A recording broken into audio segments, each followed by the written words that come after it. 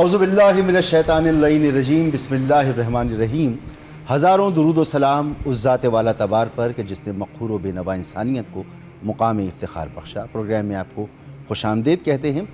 ہمارا معاشرہ جس صورتحال سے گزر رہا ہے، اس میں عدم برداشت، اس میں شدت پسندی اور دہشت گردی ایک بہت بڑا موضوع ہے۔ ہمارا سوشل فیبرک تار تار ہو چکا ہے۔ ہم ایک بہت مشکل دور سے گزر رہے ہیں، اور اب سے نہیں، ایک طویل عرصے سے گزر رہے ہیں۔ دولت کی منصفانہ تقسیم کسی بھی معاشرے کے لیے بہت اہم ہے۔ ہمارے یہاں تو ابھی پارلیمنٹیرینز کی تنخواہیں بڑھی ہیں، اور استدلال یہ ہے کہ ڈالرز میں فلاں ملک میں $5000 کے مطابق تنخواہ ہوتی ہے، تو ہمارے یہاں ڈالر کے عوض روپے میں تنخواہ بہت کم ہے۔ اس ملک میں رعایا کو بھی ڈالرز میں ملتی ہے۔ جی نہیں اور تو ہمارے یہاں ڈالرز میں جو ہے وہ کمپیئر کرنا چاہیے روپے کی تنخواہ۔ میں ہمارے شہر کراچی میں، جی آپ صحافی ہیں، آپ کی نظر مجھ سے زیادہ ہوگی، جب کسی امیر گھرانے کا یا طاقتور طبقات کے یہاں کوئی قتل ہو جاتا ہے، مہینہ نہیں لگتا قاتل پکڑے جاتے، اور جب غریب کے بچے کو اٹھا کے 10-12 دن تک زیادتی کا نشانہ بنایا جائے، قتل کر دیا جائے معصوم کو، وہ 3 مہینے بعد بھی رو رہا ہوتا ہے، اور اس لیے رو رہا ہوتا ہے کہ یہ پولیس افسر آگے مجھے بتا تو دیں کہ کیا ہوا ہے۔ اسے ملنے کو کوئی تیار نہیں۔ جب اتنا تفاوت ہے آپ کے معاشرے کے اندر، تو آپ نے بگاڑ تو پیدا کر دیا ہے۔ اب اتنی آگ لگی ہوئی ہے ہمارے ملک کے اندر، الگ الگ جگہوں پہ الگ الگ آگ لگی ہوئی ہے۔ مجھے بتائیے کہ اس آگ کو بجھانے کے لیے بحیثیت قوم اور ریاست ہم کر کیا رہے ہیں؟ کوئی آپ کو انیشیٹو معلوم ہے کہ مذہبی انتہا پسندی کو ختم کرنے کے لیے کوئی کام ہو رہا ہے؟ میں تو نہیں جانتا، کوئی انیشیٹو میں نے نہیں دیکھا ہے۔ آج آپ کوئی کام شروع کریں گے تو 5 سال بعد ختم ہوگا نا، 10 سال بعد ختم ہوگا۔ تو ہم تو پچھلے 20 سال سے مرتے ہی آ رہے ہیں نا، لاشیں اٹھاتے آ رہے ہیں۔ تو کام کیا کیا ہے آپ نے؟ کیا بات؟ کب یہ مکمل ہوگا جب آپ نے شروع ہی نہیں کیا ہے کچھ، جب آپ کچھ کرنا ہی نہیں چاہ رہے؟ خدا را اس ملک کے ساتھ ہم نے خود، اب اس معاملے میں نہیں مانتا کہ غیروں نے کیا کیا ہے، دشمنوں نے، ان کا تو کام ہی دشمنی نکالنا ہے۔ 5 سال میں تو ہمارا روڈ کمپلیٹ نہیں ہوتا، اور ہوتا بھی ہے جو ہو جاتا ہے 2 مہینے میں ٹوٹ جاتا ہے۔ تو خدا را اب بحیثیت قوم ہم اپنے اس ملک کے ساتھ بہت کھلواڑ کر چکے۔ ہم نے ناشکری کی انتہا کر دی ہے، ظلم کی انتہا کر دی ہے، معاشرتی ناانصافی کی انتہا کر دی ہے۔ اب تو ہمیں ڈر لگنے لگا ہے کہ اللہ کا عذاب کی یہ شکلیں نہ ہوں۔ جب آپ اتنی ناانصافی کریں گے، اتنا ظلم کریں گے، اللہ کی اتنی بڑی نعمت کی اس درجے پہ جا کے ناقدری کریں گے، تو اللہ تعالیٰ کی تو سنت ہے نا، پھر ناقدری کی سزا ہے، وہ نعمت چھن جاتی ہے۔ بالکل ایسا۔ اور ناانصافی اور ظلم کے پیمانے اللہ کو پسند نہیں ہیں دنیا میں، وہ ٹوٹ جاتے ہیں۔ تو خدا را ہم سب عالم بھی، اس ملک سے ہماری عزت ہے۔ ہم جو تقریریں کرتے ہیں بیٹھ کے، تو پاکستان پہ ہی کر رہے ہیں نا، دوسری جگہ تو ہمیں کون سنے گا؟ ظاہر سی بات ہے، مدرسے ہمارے ہیں، خانقاہیں پاکستان میں ہیں، ادارے آپ کا میڈیا ہے پاکستان میں ہے، ہماری فوج ہے پاکستان کی ہے، ریاست، حکومت، یہ سب گھوم رہے ہیں پاکستان میں۔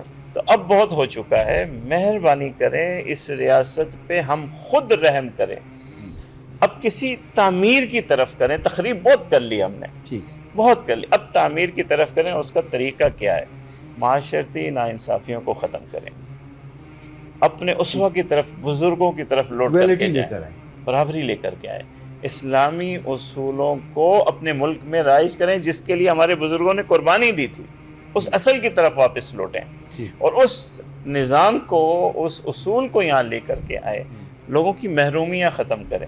علامہ صاحب نے بہت خوبصورت اشارہ کیا کہ اگر آپ کسی کو سزا بھی دیتے ہیں تو یہاں تو یہ بھی اعتراض ہے کہ آپ سزا میں اعتدال نہیں رکھتے، آپ آگے بڑھ جاتے ہیں، یہ بھی غلط ہے، یہ بھی ظلم ہے۔ المظلوم لا یظلم، کسی کو بھی ظلم کرنے کا اختیار نہیں ہے، ہر شخص اپنے دائرہ کار میں یہاں پہ کام کرے، اور مدارس بھی، مساجد بھی، علماء بھی، صحافی بھی، ہم سب کا جو رول ہے ہم ادا کرنے کو تیار ہیں، مگر ریاست تو آئے نا میدان میں۔ تو ایسا تو نہیں سلفی صاحب کہ ہم سب ہی، پورا معاشرہ اپنا رول پلے نہیں کر رہا، ہم باتیں ضرور بالکل کرتے ہیں، اب کہا جاتا ہے کہ جیسے حکمران جیسی عوام ویسے حکمران.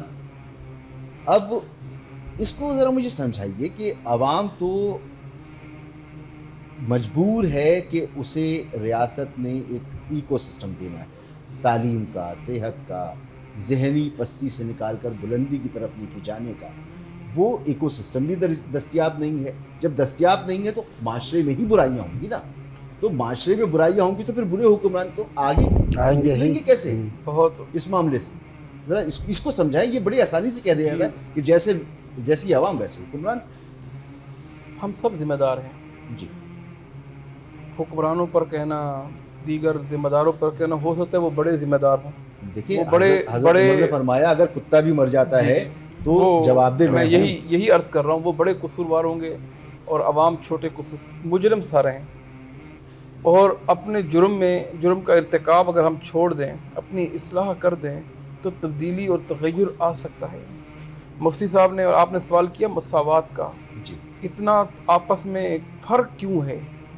کچھ لوگ کس طرف ہیں, کچھ لوگ کس طرف ہیں. کسی کو جلدی انصاف ملتا ہے, ایک کسی تو کو جان کا قتل ہے, ایک معاشی قتل ہے. ایک بہت بڑی کسی عوام کو ہے جس کا معاشی قتل ہو رہا ہے. جی بالکل صحیح بات. دیکھیں اللہ کے رسول صلی اللہ علیہ وسلم کے پاس ایک سفارش آئی. علماء جانتے ہیں, آپ نے سنا, مشہور واقعہ ہے مخزومی خاتون کی کہ چوری کر لی. اللہ کے رسول اس کا ہاتھ نہیں کٹنا چاہیے, خاندان وعدہ بڑا ہے. اور سفارش کس کے ذریعے آئی؟ اللہ کے رسول صلی اللہ علیہ وسلم کے منہ بولے بیٹے کے ذریعے آئی. لیکن اللہ کے رسول صلی اللہ علیہ وسلم اس بات پر ناراض ہوئے اور غصہ کیا, چہرہ لال ہو گیا. آپ صلی اللہ علیہ وسلم نے اس وقت ایک جملہ کہا, ہمارے حکمرانوں کو سننا چاہیے. وہ جملہ کیا کہا؟ آپ اس فاطمہ مخزومی خاتون کے لیے سفارش کر رہے ہو, اس نے چوری کی اور اس پر سزا قائم نہ ہو. لو ان فاطمہ بنت محمد سرقت لقطعت یدہا. یہ انصاف. اگر میری لخت جگر, میری بیٹی جو خواتین کی صحت و نساء اہل الجنہ ہے, اگر میری بیٹی نے بھی یہ جرم کیا ہوتا تو میں ان کے ساتھ بھی یہ سزا مقرر کرتا. دیکھیں ہمارے آئیڈیلز کون ہیں؟ آج یہ ظلم جبر کیوں ہے؟ امیر تر ہوتے جا رہے ہیں, غریب تر ہوتے جا رہے ہیں. یہ جرم بہت بڑے جرم ہیں, ان کو روکنا چاہیے, لیکن ان کے اسباب پر بھی توجہ ڈالنی چاہیے کہ وجہ کیا ہے. ایک آدمی اتنے بڑے جرم کا ارتکاب کیوں کرتا ہے؟ یہ آخر کسی پر گن پوائنٹ رکھ کے اس کو لوٹنے والا عمل, اس کی وجوہات کیا ہیں؟ اس سے پوچھیں تو کہتا ہے میرے پاس کھانے کو نہیں. تو یہ ریاست کی ذمہ داری ہے. جیسے آپ نے کہا قانون ہمارا یہ کہتا ہے کہ اچھی صحت کا انتظام کس نے کرنا ہے, اس کے بچوں کی تعلیم کا انتظام کس نے کرنا ہے. آپ کے قانون میں لکھا ہوا ہے, یہ ذمہ داری ہے, یہ ذمہ داری ہے. جب یہ ذمہ داری پوری نہیں ہوتی, انصاف نہیں ہوتے, قوانین عمراء کے لیے اور ہیں, فقراء کے لیے اور ہیں, عدل نہیں ہے, کچھ نہیں ہے, تو پھر وہاں یہ چیزیں تو نکلیں گی. اور یہ جرم چھوٹے جرم نہیں ہے. اور ایک موبائل کے لیے کتنے لوگوں کی جان چلی جاتی ہے کہ وہ موبائل دینے میں دیر کرتے ہیں, گولی شوٹ کرتی, اور اس کو پتہ ہی نہیں ہے میں نے کتنے بڑے جرم کا ارتکاب کیا ہے. کتنے اس کے بچے یتیم ہو گئے, کتنے اس کے پیچھے نقصان ہو گیا, اللہ کے سامنے اس کو پتہ ہی نہیں ہے. یہاں پر ہمیں رکنا ہوگا ایک بریک کے لیے, بریک کے بعد واپس آتے ہیں.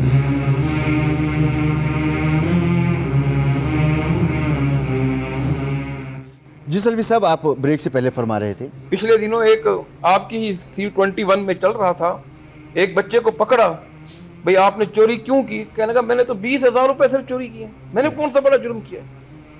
باقاعدہ انٹرویو دے رہے ہیں, اور آپ نے سنا ہوگا وہ انٹرویو, باقاعدہ کہہ رہا ہے کہ میں نے تو چھوٹا سا جرم کیا ہے. اس کا معنی کیا ہے, وہ کیوں کہہ رہے ہیں؟ اسے سوچنے کی ضرورت ہے. کچھ سمجھانا چاہ رہے ہیں کہ میں چھوٹا مجرم ہوں, بڑے مجرم گھوم رہے ہیں. مدعا یہ ہے کہ انصاف ہونا چاہیے. علامہ صاحب نے آیت پڑھی, اے دلو اقرب للتقویٰ. دیگر چیزیں, یہ تفاوت ختم ہونا چاہیے. جب انصاف ہوگا اور ظالم کو اس کی سزا ملے گی, مظلوم کے ساتھ اس کا انصاف ہوگا, تو پھر یہ نظام بہتری کی طرف آئے گا. اچھا بڑے تو ہیں ہی ہیں, چھوٹے ہم لوگ جو ہیں عوام اور رعایا, وہ کیسے ذمہ دار ہیں؟ بالکل. اچھا قبلہ, میں آپ نے جو کہا نا کہ ہر جرم کرنے والا یہی دلیل دیتا ہے اپنے آپ کو تسلی دینے کے لیے کہ میں مجبور ہوں. بھائی قرآن مجید نے آپ کی اس دلیل کا تیا پانچا کر دیا. فمن استر غیر باغ ولا متجانف للإثم، اصول بیان کیا ہے کہ اگر آپ مضطر ہیں کہ آپ کی زندگی کو خطرہ ہو گیا، کچھ نہیں ہے، تو پھر حرام کاری، کوئی حرام کھا لیتے ہیں یا کسی طرف کام میں چلے جاتے ہیں، غیر متجانف للإثم، یہ مدعا ہے. یہ مدعا ہے. آپ تو ماشاءاللہ دن میں 10-12 لاکھ کے موبائل چوری کرتے ہیں تو آپ کی بھوک ہی نہیں مٹ رہی ہے. کتنے موبائل چوری کرنے ہیں آپ کو، کتنا کھانا کھانا ہے دن میں؟ یہ تو اپنے اپنے دل کو تسلی دی ہوئی ہے. آدھی مجرم ہو جاتے ہیں. بالکل یہ آپ نے اپنے دل کو تسلی، آدھی مجرم، اپنے دل کو تسلی دینے سے کچھ نہیں ہوتا. معاشرے میں ہمارے یہاں مذہبی جماعتیں ہیں، سیاسی جماعتیں ہیں، ایسی بھی جماعتیں ہیں جن کا سیاست سے تعلق نہیں ہے، معاشرے کی اصلاح کے نام پر ہیں، مگر کہیں پر بھی معاشرے کی اصلاح کی تحریک نہیں نظر آتی. یعنی ہمارا معاشرہ کیسا ہونا چاہیے، یہ ایجنڈا، یہ پروگرام مجھے کسی کے منشور میں نظر نہیں آتا. بہت خوبصورت بات. تو یہ بتائیں کہ یہ کتنی بڑی ذمہ داری ہے، اور اگر پوری نہیں ہوتی تو مذہب کیا کہتا ہے؟ ہمارے دوست ابوبکر محی الدین صاحب نے اپنی گزشتہ گفتگو میں بہت خوبصورت نقطہ اٹھایا تھا، اور وہ وہی ہے جو آپ کہہ رہے ہیں. خوب غور کریں. انہوں نے کہا کہ ہم نے کب شروع کرنا ہے تاکہ 10 سال 20 سال کے بعد اس کا نتیجہ آ جائے. جب آپ شروع ہی نہیں کریں گے تو یہ تو چل رہا ہے اور ہم اسی برائی میں مسلسل جا رہے ہیں، اور یہ وہ دلدل ہے کہ جس میں آپ جتنا آگے بڑھیں گے پھنستے جائیں گے اور آخر میں پتہ نہیں کیا ہو جائے.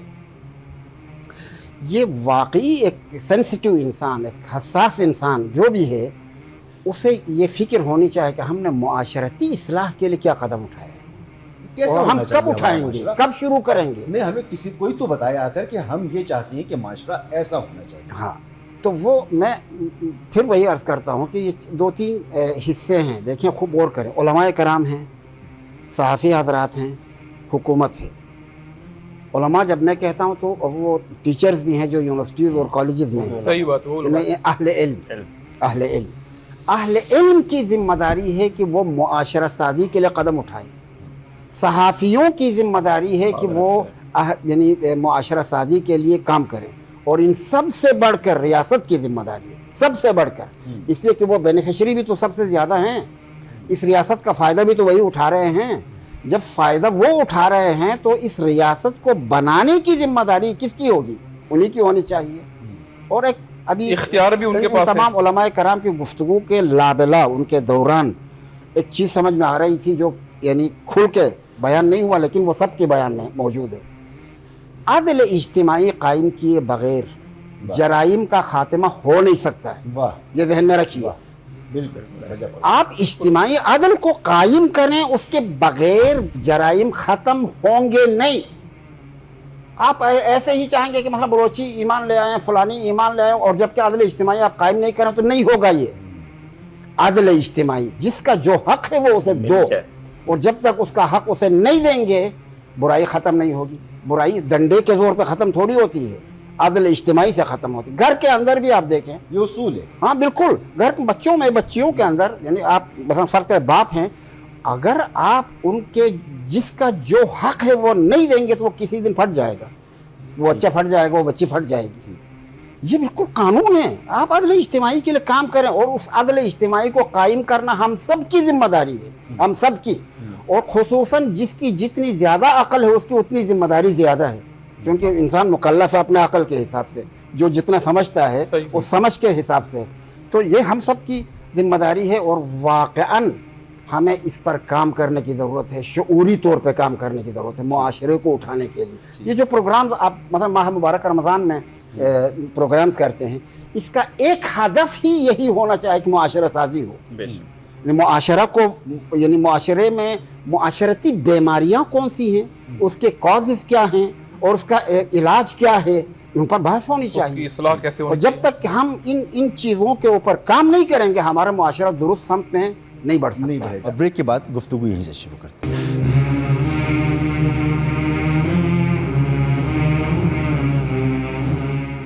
Welcome back. ایک تو ہو گیا اسکول، کالج، یونیورسٹی، مدرسہ. ایک ہے محراب و منبر. پاکستان سے باہر آپ چلے جائیں، افغانستان میں ایک سرکاری نظام ہوگا، اس کے تحت تمام مساجد، مدارس آپریٹ ہوں گے. ایران میں چلے جائیں، ایسا ہی نظام ملے گا. UAE میں چلے جائیں ایسا ہی نظام ملے گا, سعودیہ چلے جائیں ایسا ہی نظام بنے گا. ابھی افغانستان میں امریکہ نکلا ہے وہاں سے اور ان کا روپیہ پاکستان سے بہتر ہو گیا, یہی ہے نا. لیکن پاکستان میں کیا ہے کہ ہر بندے کی الگ مسجد, ہر بندے کی الگ محراب, ہر بندے کی الگ ممبر اور ہر جگہ سے الگ بیانیہ. تو یہاں پر سرکار کو انٹروین کرنا چاہیے. آئیڈیل وہی ہے جس کی طرف آپ اشارہ کر رہے ہیں, لیکن پہلے سرکار کو اتنا معتبر خود ہونا بھی تو چاہیے نا. کیا بات وہ خود اتنی معتبر ہو جائے کہ ہم اپنے ممبر خود ہی اس کو پیش, حق اس کا ہے, لیکن وہ اتنی معتبر تو بنے. اور سنت صحابہ بھی یہی ہے. بالکل, وہ معتبر ہو جائے تو یہ ممبر و محراب اس کے ہیں. لیکن بدقسمتی سے جو ادارہ ان کے پاس جاتا ہے وہ بننے کے بجائے بگڑ جاتا ہے, تباہ ہو جاتا ہے, تو یہ ممبر و محراب بھی تباہ ہو جائیں گے. یہاں سے پھر کون سے خطبے نشر ہوں گے؟ وہ خطبے آپ سوچ لیں کہ کس قسم کے خطبے آئیں گے پھر. تو پہلے ہماری ریاست, ہماری حکومت اپنے آپ کو معتبر بنائے, اپنی اصلاح کرے. خرابی وہاں پہ بھی ہے. اب ہم بلوچستان کی بات کر رہے ہیں.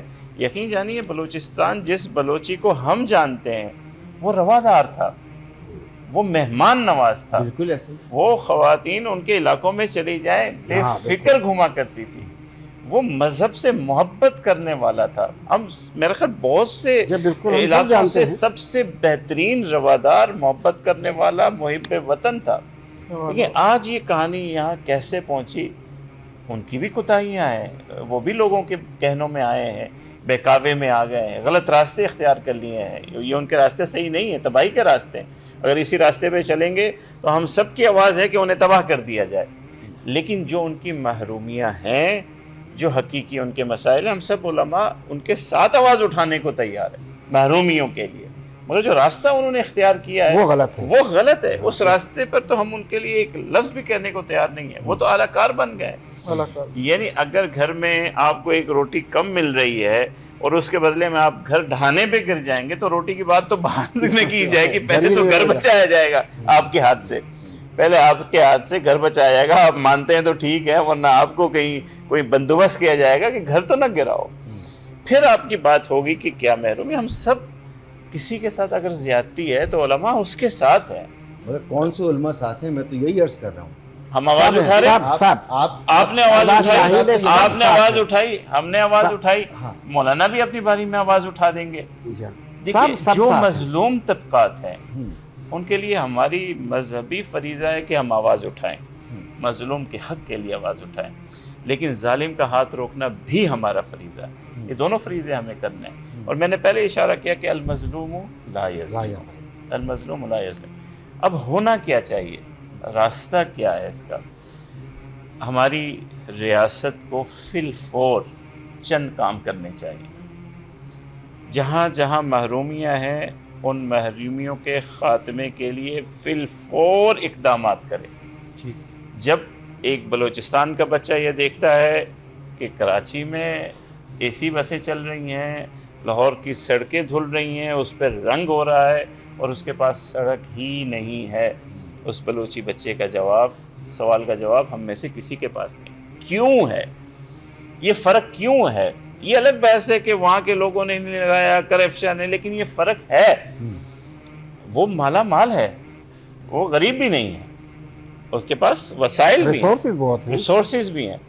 تو اگر میری سڑکیں بنی ہوئی ہیں, میرے بازار مزین ہے, ہر سامان ہے اس کے اندر, تو یہ ساری چیزیں جو میرے بچے جس فیسلٹیز کو انجوائے کر رہے ہیں وہ میرے ملک کے ہر والد کے بچوں کو ملنے چاہیے. یہی راستہ ہے آگے بڑھنے کا. لیکن یہ آگے کی بات ہے. آج جو لوگ اس ملک کو گرانے کے لیے لوگوں کے اعلی کار بن چکے ہیں اور غلط راستہ اختیار کر چکے ہیں, وہ بھی ہم بات کریں گے. لیکن ان کو روکنا, اگر یہ نہیں رکتے کہ ان کی بے کنی کرنا, یہ سب سے پہلا کام ہونا چاہیے. دونوں کام اکٹھے ہونے چاہیے. اور شیعہ سنی مسائل, شدت پسندی, برداشت کیسے آگے بڑھے, رواداری کیسے آگے بڑھے. بدقسمتی سے یہ تین مل کر کے کام کریں گے, میڈیا, علماء اور ریاست. تب یہ پیغام مؤثر اب ایک ہوگا۔ عام آدمی کا سوال ہے قبلہ کہ یا علماء، ریاست، وکلاء، اساتذہ، تمام طبقہ فکر کے لوگ مل کر ایک سوچ پر آ جائے. اب میں صرف علماء کی بات کرتا ہوں. اب علماء تو اذان پہ اتفاق نہیں رکھتے، ایک اذان نہیں ہوتی، ایک وقت میں نہیں ہوتی. تو ذرا اس پر بھی تو وضاحت کیجئے کہ یہ اختلافات کہ ایک اذان پہ ہی اتفاق نہیں ہے ہمارا. میں مفتی صاحب کی بات کو آگے کرنا چاہوں گا. آپ کا سوال بھی ماشاءاللہ ٹھیک ہے.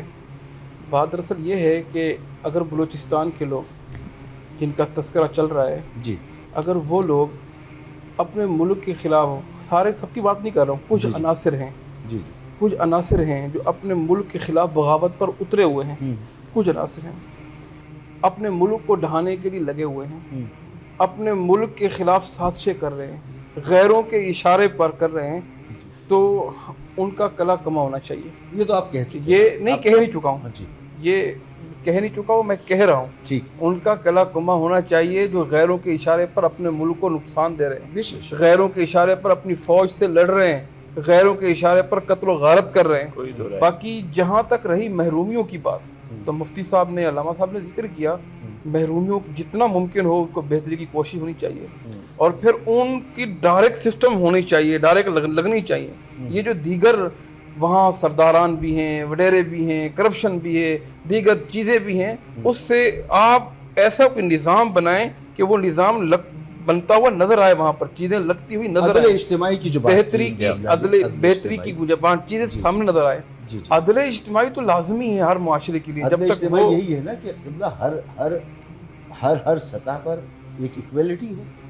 ہر سطح پر ایکویلٹی. میں آپ نے مجھ سے سوال کیا تھا کہ جب علماء ایک نہیں ہو رہے، جس طرح اذان پر اختلاف آپ نے کہا، دیکھیں اختلاف جو ہے یہ اختلاف برائے اختلاف نہیں ہونا چاہیے. اختلاف ہو جانا یہ رحمت کا ذریعہ ہے. اس کا مطلب یہ نہیں ہے کہ کوئی بڑے مسائل میں آپس میں گتھم گتھا ہے. اختلاف جو ہے سمجھ رہے، عام آدمی سمجھ رہا ہے اور آسان طریقے سے سمجھ رہا ہے. اختلاف اگر دلیل کی بنیاد پر ہے، اختلاف اگر حجت کی بنیاد پر ہے، اس کے پاس کچھ سامنے موجود ہے، تو اس سے بہت بحث ہو سکتی ہے، ڈیبیٹ ہو سکتی ہے. لیکن اس کا مطلب یہ تو نہیں ہے کہ فرقہ واریت ہو، گتھم گتھا ہو، مقابلہ کریں، ایک دوسرے کے سامنے کھڑے ہو جائیں. یہ تھوڑی ہے. اگر کسی میں ایک جملہ عرض کروں. جی، انہوں نے جناب قبلہ میں جاننا ہی چاہتا ہوں، مفتی رفیق سلفی صاحب نے، میں جاننا ہی چاہتا ہوں کہ علماء اکرام ایک کم از کم ایک لیونگ پلینگ فیلڈ قوم کے سامنے تو رکھیں کہ بھئی ہم یہاں متحد ہیں. یا آپ ابھی سوشل میڈیا اٹھا کے دیکھیں، ایک عالم ایک ویڈیو بناتا ہے، دوسرا دوسری ویڈیو بناتا ہے، اور پھر مناظرے چل رہے ہیں. اور دیکھیں کون کہاں پر کیا کرتا ہے، اس سب کو میں ٹھیک کروں یہ ممکن نہیں ہے. میں اپنے آپ کو ٹھیک کروں، اپنے آپ کو، میں اپنے آپ کو ٹھیک کرنے کا مکلف ہوں، آپ کو ٹھیک کرنے کا نہیں، آپ کو ٹھیک کرنے کا نہیں. یہ بطور مثال آپ کہہ رہا ہوں، ورنہ اب بھی الحمدللہ بہت اچھی ہے. تو ہم آپ کو کہاں پر ایسا نظر آیا کہ ہم گتھا ہوئے ہیں؟ سب یہی کہہ رہے ہیں، مولانا بھی یہی کہہ رہے ہیں، یہ مولانا بھی یہی کہہ رہے ہیں کہ بھائی اگر فرض کر لیں اذان کے فصول میں اختلاف نظر ہے، تو وہ اختلاف نظر خواہشات نفس کے بنا پر نہیں ہے، وہ جو حدیثیں ہم تک پہنچی ہیں ان کے بنیاد پر ہے.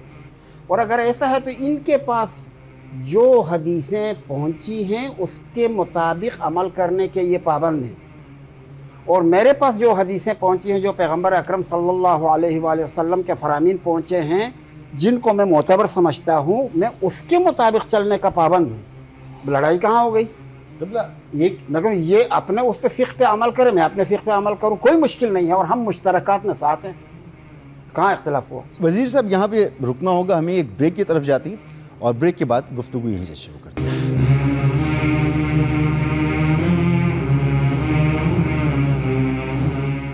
Welcome back. جی وزیر صاحب، سوسائٹی میں یہی ایک بڑی تفریق ہے نا کہ ایک اذان ایک وقت پہ ہو رہی ہے، دوسری اذان کوئی بات نہیں، ہونے دو. اس کے کلمات الگ ہیں، اس کے کلمات الگ ہیں، مگر اذان وہ چیز ہے جو کہ یقیناً جب اس میں اضافہ ہوا ہے تو اس میں مسعود بھائی اجتہاد کر کے ایک مسعود بھائی نہیں، ایک اول ٹائم ہے، آپ اجازت ہو، ایک اول ٹائم ہے، ایک آخر ٹائم ہے. اللہ کے رسول صلی اللہ علیہ وسلم نے 2 دن مسلسل پڑھ کے بتائی، ٹھیک ہے نا. ایک وقت میں 12 نماز اذانیں تو نہیں ایسا فجر کی اذان شروع ہوتی ہے آدھے گھنٹے تک سارے ایک مسجد میں آئیں گے بھی نہیں، سارے ایک مسجد میں تو نہیں آتے. اول ٹائم ہے، آخر ٹائم ہے، درمیانہ ٹائم ہے. تو جب اللہ کے رسول نے ایک دن اول ٹائم پڑھی، دوسرے دن آخر ٹائم پڑھی، امت کو بتایا اس اول سے لے کے آخر تک یہ ٹائم ہے، امت کو بتایا اور امت کے لیے آسانی پیدا کر لی. میں آپ کی خدمت میں عرض کرنا چاہ رہا ہوں، میں قطع نظر اس کے جو علمی اور برہانی شکل سے قطع نظر ایک بات کر رہا ہوں. کیا آپ کو اچھا نہیں لگتا ہے کہ بار بار خدا کا ذکر ہو؟ اذانیں ٹکراتی ہیں قبلہ، نہیں کہاں ٹکراتی ہے؟ ایک جس میں افطار کا وقت ہوتا ہے، جب افطار کا وقت ہوتا ہے اللہ کا ذکر مساجد سے ایک ہی وقت اذان ہوتی ہے تمام مساجد سے. ایسا نہیں. میں ایک اس لاؤڈ اسپیکر کی آواز اور اس لاؤڈ اسپیکر کی آواز آپس میں ایک پیغام اس میں ضرور دینا چاہتا ہوں. آپ کہہ رہے ہیں کہ ہماری مسجد جو ہے، جو صاحب مسجد کا خیال ہے، جو حدیث اس تک پہنچی ہے، اس کے معاملات اسی کے مطابق چلیں، اس میں کوئی اشکال نہیں ہے. میں نہیں چاہتا کہ ان کی مسجد میرے حساب سے چلے، وہ اپنے حساب سے چلائیں.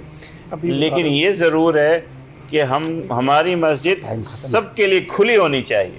ہماری مسجد سب کے لیے کھلی ہونی چاہیے، اس پہ کسی کے لیے پابندی نہیں ہونی چاہیے. اور الحمدللہ میری مسجدیں ایسی ہیں کہ اہل تشیع کا کوئی بھائی آئے اپنی نماز پڑھ کے چلا جائے، اہل حدیث کا کوئی بھائی آئے نماز پڑھ کے چلا جائے. تو یہ چیز آپ کے لیے کافی نہیں ہے، یہ بڑی چیز ہے. یہ بڑی چیز ہے کہ مسجد کی نماز تو جو مسجد جس نے قائم کیا اس کے حساب سے ہوگی، مگر کھلی سب کے لیے. لیکن بے شک، لیکن جس سوسائٹی کا ہم ذکر کر رہے ہیں، جہاں پر ذہنی پستی بھی ہے، ذہنی بلندی بھی، تو آپ ذرا پست ترین ذہن کی طرف چلے جائیں اور ذرا وہاں اس بات کو محسوس کریں تو پتہ لگتا ہے کہ ایک شخص جو بریلوی ہے وہ اہل حدیث کی مسجد میں نہیں جائے گا، جو اہل حدیث ہے وہ دیوبندی کی مسجد میں نہیں جائے گا، جو اہل تشیع ہے وہ ان تینوں میں نہیں جائے گا، اور یہ تین اہل تشیع کی مسجد میں نہیں جائیں گے. تو مسجدیں بھی الگ ہو گئیں، ممبر بھی الگ ہو گئے، خطبے بھی الگ ہو مجھے گئے. اجازت دیں گے میں اس کا جواب دے دوں؟ دیکھیں ہم جو یہاں پر گفتگو کر رہے ہیں انہی کے لیے تو کر رہے ہیں، یہی مقصد ہے. ہاں انہی کے لیے تو کر رہے ہیں کہ بھائی ایسا نہ کرو، مساجد اللہ کے ہیں، کسی کے نہیں ہیں. ان المساجد للہ، جہاں میرا وقت ہو اسی وقت مجھے جو مسجد قریب ہے وہاں مجھے جانا چاہیے، اور وہاں پر جو موجود ہیں وہ بھی مجھے نہ روکیں. ٹھیک ہے، یہ ہونا چاہیے. اچھا میں ابھی ایک واقعہ چھوڑو، اس کو ٹائم لگ جائے گا چونکہ وقت لگنے والا ہے. بتا دیجیے جو دل میں. ایک زمانے میں میرے پاس جب یہ کراچی میں تھا اور گاڑی نہیں تھی تو ایک ٹیکسی ڈرائیور سے میں نے رکھا تھا، وہ مجھے لے جاتے تھے ادھر ادھر. وہ شیعہ تھا ٹیکسی ڈرائیور، لیکن ایسا ان پڑھ سا ڈرائیور تھا، کوئی بڑا پڑھا لکھا نہیں تھا، پنجاب کا تھا. لیکن ایسا موحد میں نے بہت کم دیکھا ہے، یقین کر لیں.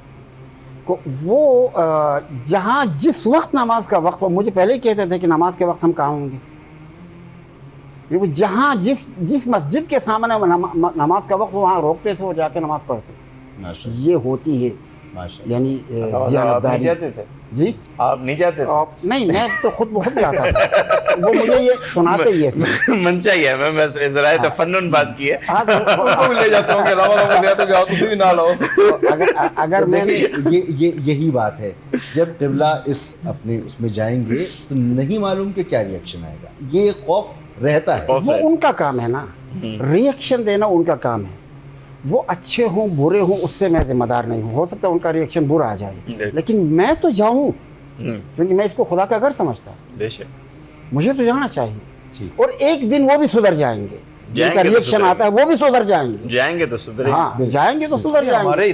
ہمارے ادارے میں آ جاتے ہیں کئی دفعہ شیعہ حضرات ساتھی آ جاتے ہیں، پڑھتے ہیں، بلکہ ہمارے طلباء تو ان سے اچھے طریقے سے ملتے ہیں، بھاگ بھاگ کے جاتے ہیں اور دونوں ہاتھ پر سلام کرتے ہیں، استقبال کرتے ہیں. کئی دفعہ ایسا ہوا کہ ہمارے آئے ساتھی نماز پڑھنے کے لیے آئے ہیں، ایسا نہیں کہا کہ یہ شیعہ کیوں آ گئے ہیں. ہمیں بڑا احترام ملتا ہے، جو مسجد ہوتی ہے ایسی ہونا چاہیے، بالکل ایسی. اور یہ ہونا چاہیے، اور اس میں ڈر خوف نہیں ہونا چاہیے. اور ایسا کہیں نہیں ہوتا. بہت کم کسی جگہ پر بہت سی کوئی اعتراض کرے تو کرے اور اس سے گھبرائیے نہیں. بہت سے ایسے فورم ہیں جہاں سارے علماء اکٹھے بیٹھتے ہیں اور عوام کو وہ دکھانے چاہیے. ابھی ہمارے مدارس کی اتحاد مدارس دینیہ ایک تنظیم ہے, سارے بورڈ اس میں, سارے بزرگ اس میں, سب بیٹھ کے مشترکہ سارے مدارس کے لیے فیصلہ کرتے ہیں. ماشاءاللہ. تو یہ چیزیں عوام کے سامنے آنی چاہیے بالکل. اور قبلہ اب میں چاہوں گا کہ اس کو سمیٹیں گفتگو کو, تو کوئی میسج جو محراب و منبر کے حوالے سے ہو, سوسائٹی کے حوالے سے ہو, سوسائٹی کا جو میں نے ذکر کیا کہ ایک سوشل فیبرک تار یعنی ہماری اصل روایات نہ تو وہ میڈیا پر ہیں, ہم اصل میں کیا ہیں یہ فیصلہ کرتی ہیں حکومت وقت. ایک زمانہ آتا ہے تو ہم بے پردہ ہو جاتے ہیں, ایک زمانہ آتا ہے تو ہم باپردہ ہو جاتے ہیں. ایک حکومت آتی ہے تو ہم سادگی پسند ہو جاتے ہیں, ایک حکومت آتی ہے تو ہم خرچیلے بن جاتے ہیں. تو خود ہی نہیں پتہ کہ قوم کا اصل جو سوشل اسٹینڈ کیا ہے, فنڈامنٹل کوڈ آف سوسائٹی ہے وہ کیا ہے, تو اس کو قائم کرنے کے لیے کیا کیا جائے؟ دیکھیے اس کے لیے ایک صورت تو یہ ہے کہ علماء کرام اگر ہم اپنے شعبے کی حد تک سوچیں بڑے تصویر کی, تو ابھی مولانا صاحب نے بہت خوبصورت بات کی کہ ان کے بورڈ آف ڈائریکٹرز میں یا وہ کس اتحاد مدارس کے بورڈ میں سارے علماء ہیں, لیکن اس کی خبر شاید لوگوں کو نہ ہو, تو یہ خبر لوگوں کو جانی چاہیے. یہ ایک چیز. دوسری چیز یہ ہے کہ ہم کبھی بھی گروہی یا جماعتی مفاد کو مد نظر نہ رکھیں, اصل دین کو مد نظر رکھیں. ماشاءاللہ. بے شک. جب ہم اصل دین کو مد نظر رکھیں گے تو ہماری ترجیحات کچھ اور ہو جائیں گی, اور گروہی اور جماعتی مفادات کو مد نظر رکھیں گے ترجیحات کچھ اور ہو جائیں گی. یعنی اصل دین کو.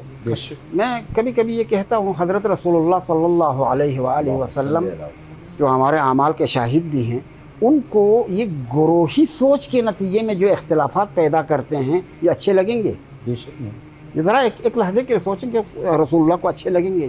قرآن کہتا ہے اللہ کی رسی کو مضبوطی سے تھامو, تفرقے میں مت پڑو. اس کے بعد کہاں تفرقے کی اچھا ایک اور چیز بھی بالکل ایک سادہ جملہ کہوں گا, وہ شاید سمجھ میں آ جائے. یاد رکھیں, جو آدمی اپنے محلے کی گلی کو کراس نہیں کرتا ہے وہ شارع عام پہ سفر نہیں کر سکتا ہے. واہ واہ. شارع عام پہ پہنچنے کے لیے گلی کو چھوڑنا پڑے گا, اور گلی کو چھوڑنے کے معنی ہے کہ گروہی اور جماعتی سوچوں کو چھوڑنا پڑے گا اور دین کے لیے سوچنا پڑے گا. یہی حال ملک کے لیے. اور جو ایسی باتیں کرتے ہیں ان سے بھی جی ظاہر ہے چھڑانا پڑے گا, معقول طریقے سے, مؤدبانہ طریقے سے. تربیت کی ضرورت. قبلہ. جی بالکل, میں علامہ صاحب ہی کی بات کو آگے بڑھاؤں گا کہ یقیناً یہ علم کا نور ہی ہمیں فائدہ دے گا. جہالت کی تاریکی ہمیں دور کرنی پڑے گی. ہمیں اپنے نصاب پر اور اپنے مدارس کے نظام پر, مساجد کے نظام پر اور سوچنا پڑے گا, گھوس اسکولوں پر, گھوس طلباء پر کرنا پڑے گا, اور ٹیچرز پر. جتنے بھی وہ ذرائع ہیں جن کی رسائی عوام تک ہے, انہیں بھی اپنے دروازے علماء کے لیے کھولنے پڑیں گے تاکہ وہ ان پلیٹ فارم پر آ کر کے عوام کی رہنمائی کر سکیں. یہ ایک مشترکہ کاوش ہوگی جس سے کچھ نہ کچھ فرق ہونا شروع ہوگا, اور اللہ تعالیٰ اب تو ہم کوئی کام کر ہی نہیں رہے ہیں تو برکت کس میں پڑنی ہے.